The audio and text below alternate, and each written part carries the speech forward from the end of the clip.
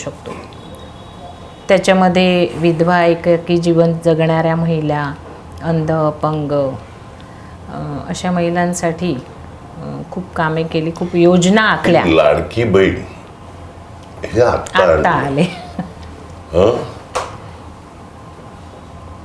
इकडे यांच्या कारकिर्दीत महिला बालकल्याणच्या एवढ्या योजना, म्हणजे एक सांगतो तुम्हाला, पनवेलच्या कमिटी आलेली सगळी, महापौर वगैरे, आणि तर त्यांनी विचारलं तुमचं महिला बालकल्याणचं बजेट काय. तर काय काही 22-25 कोटी होतं ते सांगितलं. तर ते शांत बसल्या. त्यानंतर विचारलं तुमचं काय. ठीक आहे, तुमचं एवढं आहे, बजेट दिलं त्यांना. तुमचं काय.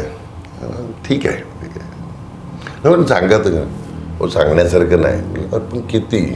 5 लाख. म्हणजे विधवांच्या मुलीला 25,000.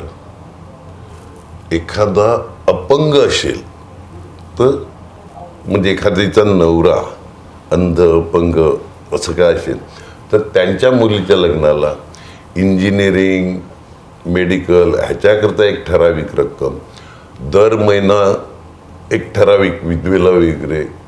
म्हणजे अख्ख्या भारतात, छाती ठोकपणे बोलतोय हा मी, कॅमेऱ्यासमोर बोलतोय, अख्ख्या भारतात जेवढ्या वसई विरार महानगरपालिकेमध्ये स्त्रियांकरता, मुलांकरता योजना आहेत ना, त्या नाहीत, कुठेही नाहीत.